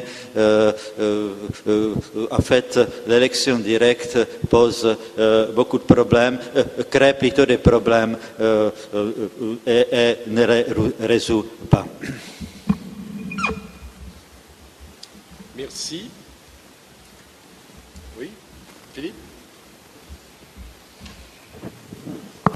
Oui, je voudrais faire écho à l'intervention du professeur Novak en réponse aux questions qui viennent d'être posées.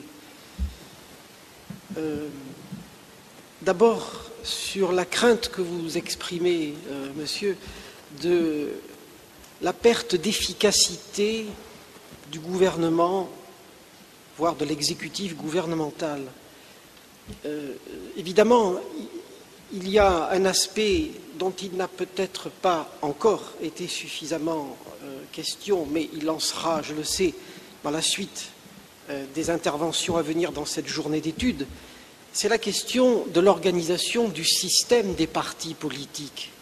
Il est évident qu'il y a un lien extrêmement fort entre l'élection directe du chef de l'État lorsqu'elle est acceptée par la société politique concernée et le système partisan. Et de ce point de vue, l'expérience française montre bien comment un schéma bipolaire, ce que nous appelons, nous, en France, la bipolarisation, permet d'assurer, à contrario de vos craintes, permet d'assurer une efficacité de l'exécutif gouvernemental, une efficacité de l'exécutif tout court, mais ce serait d'ailleurs là un autre débat, parce que le problème, il est sans doute franco-français, et qu'il y a peut-être trop d'efficacité de l'exécutif, je veux dire par là qu'il n'y a pas suffisamment de contre-pouvoir. Donc, ça, c'est une première réflexion que m'inspirait cette crainte. De la même manière, et je relis à ce que disait le professeur Novak dans son exposé tout à l'heure, lorsqu'il faisait lui-même état d'une crainte quant à l'affaiblissement du gouvernement de parti. Alors, bien sûr, chaque société politique, chaque pays a ses spécificités, mais là encore, il me semble, c'est mon point de vue, que l'élection directe du chef de l'État n'a pas pour conséquence automatique la déstructuration du système de partis.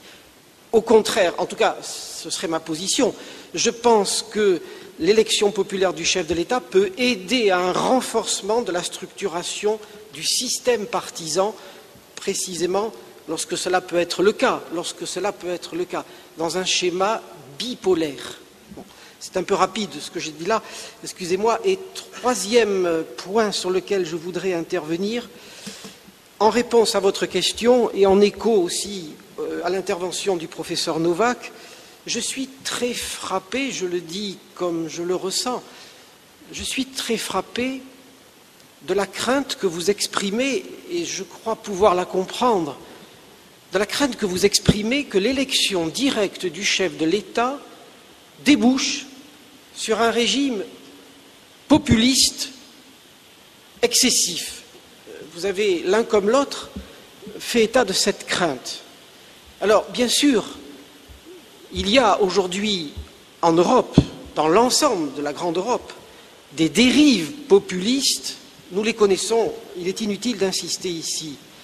Mais, personnellement, je ne crois pas, c'est ma position, je ne crois pas que l'élection directe du chef de l'État, lorsqu'elle intervient dans une société politique, j'allais dire suffisamment préparée, je fais allusion tant aux acteurs politiques, les hommes politiques, les partis politiques, que le corps électoral, les citoyens eux-mêmes.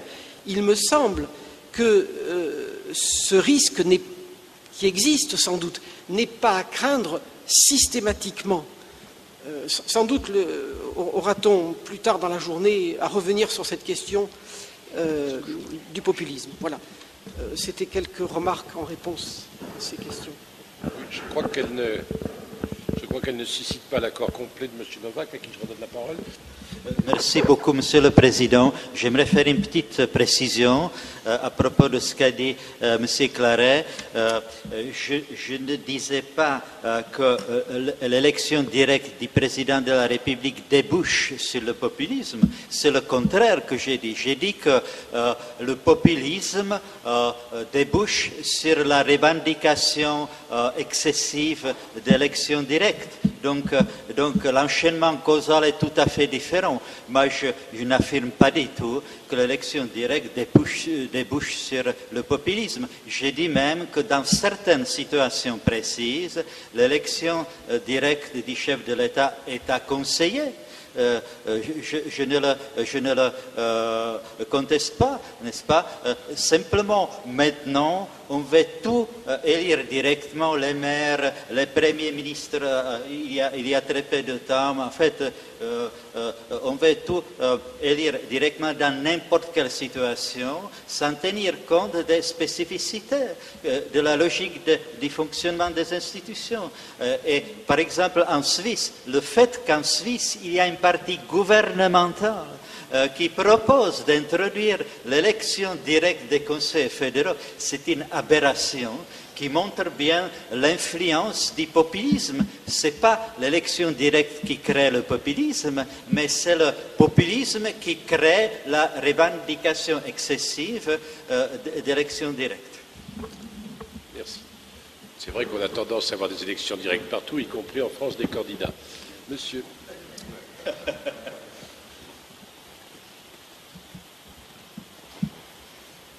Já bych chtěl navázat na teď tu poslední diskuzi a chtěl bych se zeptat, nakolik je vnímáno nebezpečí nebo obavy v uvozovkách, že by při přímé volbě za současného stavu třeba v naší republice, kdy značná část obyvatelstva není mírně řečeno nadšena politickou situací, že při té přímé volbě by byla zvolena nějaká osoba, řekl bych mírně řečeno nepřipravená, nevhodná, nebudu nikoho konkrétně jmenovat, ale například nějaký vynikající sportovec, populární zpěvák, populární herec, čímž by lid, abych tak řekl, dal najevo svůj odpor k tomu, jak vypadá činnost politiků.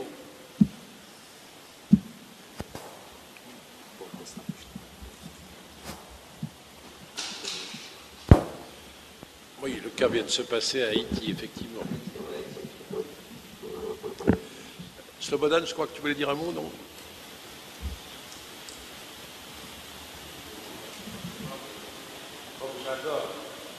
Comme j'adore discuter avec Novak et que je me suis beaucoup enrichi dans nos dialogues, je pense qu'on peut donner des contre-exemples historiques aussi. Les régimes ou les systèmes de médiatisation partisane du mode d'élection ont induit des effets pervers aussi par manque de contact direct. Donc, c'est un argument relatif. Mais le problème est un problème de fond, c'est-à-dire que le néolibéralisme qui s'est installé comme un système non seulement de gouvernance, mais de gouvernement depuis une trentaine d'années, il a induit une nouvelle culture, une nouvelle mentalité citoyenne qui s'est bien installée. Il a introduit le mythe, disons, de la participation directe des citoyens au pouvoir. Et le problème pour nous, c'est de que faire avec ce mythe. Parce que lui, il est installé.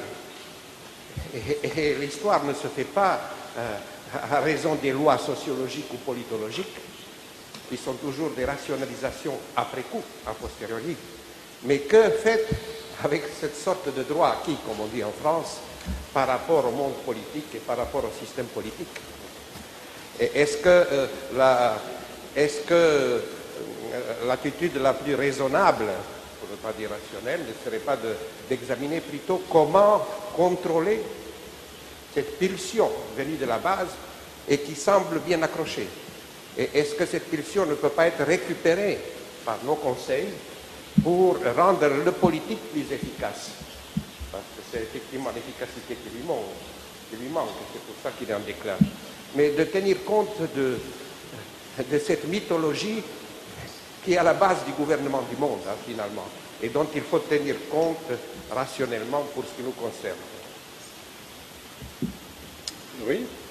Attendez, pardon, je crois que monsieur voulait dire un mot. Bonjour. Já budu mluvit česky. Já jsem trochu mezi Francouzi a Češi, takže dneska dopoledne budu mluvit česky a dopoledne francouzsky. Jednu konkrétní otázku na pana profesora Gerlocha. Do jaké míry otázka... Faire le contraire aussi, si vous préférez. Do jaké míry otázka financování volební kampaně se stala předmětem diskuse nebo debaty v podstatě mimo veřejném prostoru? A komentář k tomu, nebo o čem se teď mluvilo, bipolarizace ve Francii. Je to dáno mimo jiné tou přímou volbou prezidenta republiky, ale nejenom.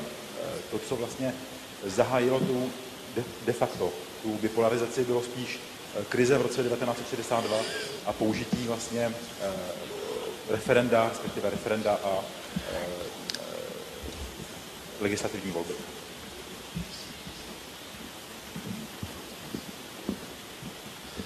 Děkuji.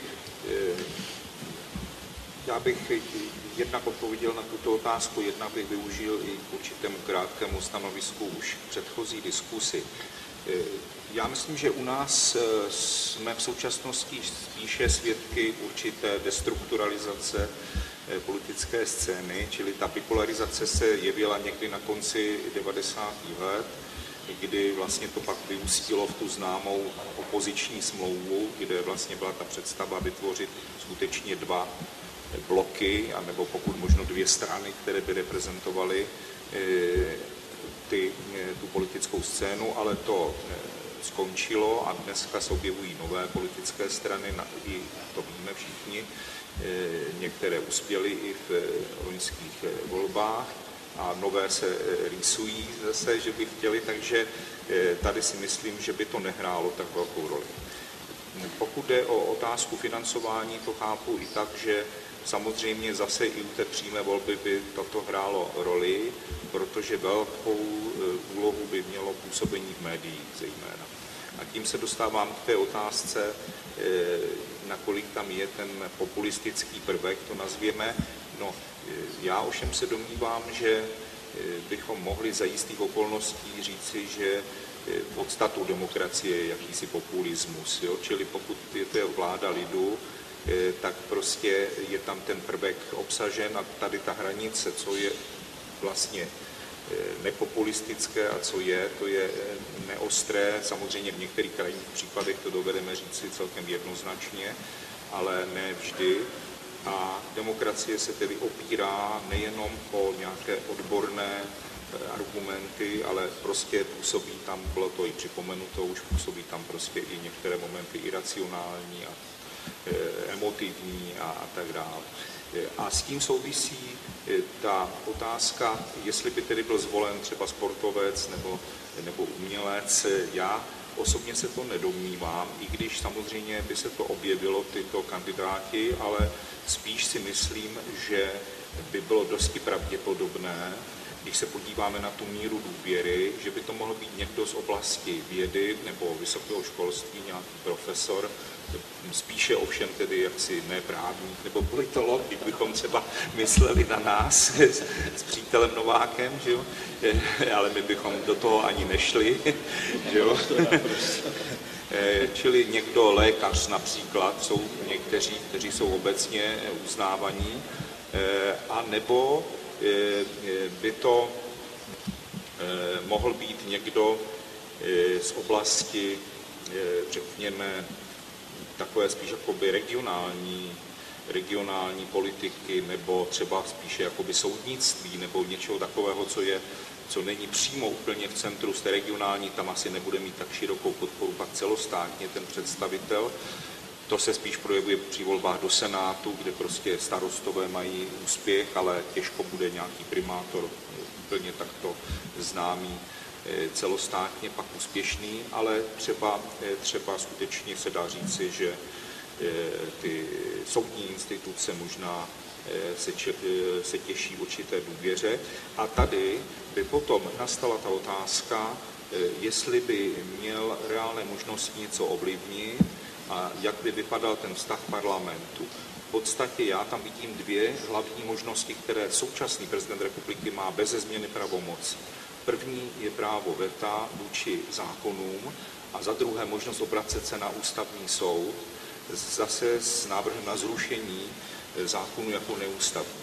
Přímo volený prezident by mohl toto podle mě poměrně účinně využívat, zejména při těsné vládní většině a za podpory Senátu, jako je dnes situace.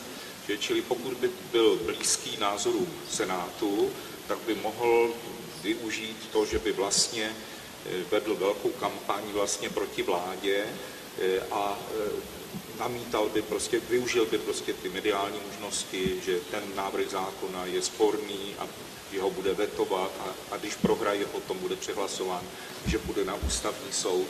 Jo, čili toto bych viděl, že bude potenciálně přítomno. Ono to samozřejmě i v současnosti, jo, ale víme, že například současný prezident republiky se na ústavní soud prakticky v těchto otázkách neobrací, návrhy na přezkoumání ústavnosti zákonů nedává. Jo? Čili tady to spojení potom s mandátem třeba silným, určitými krizovými momenty a možností více využívat média by potom mohlo hrát svoji roli. A i pro určitou možná destabilizaci toho ústavního systému.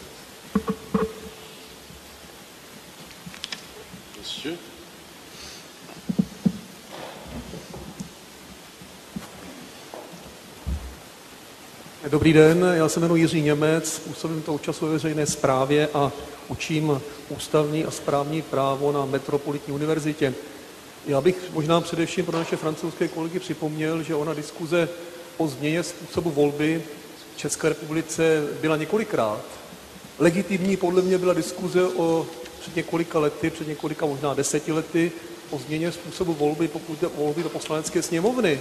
Diskutovat většinový či poměrný systém, bylo to dáno tím, že u nás vlády skutečně dlouhodobě měly tak 101 většinu a tady byla snaha už v době smlouvy mezi Klausem a Zemanem, jak si posílit většinové prvky s cílem vytvořit pevnější vládu. To bylo do jisté míry legitimní, byl to skutečně dán důvod.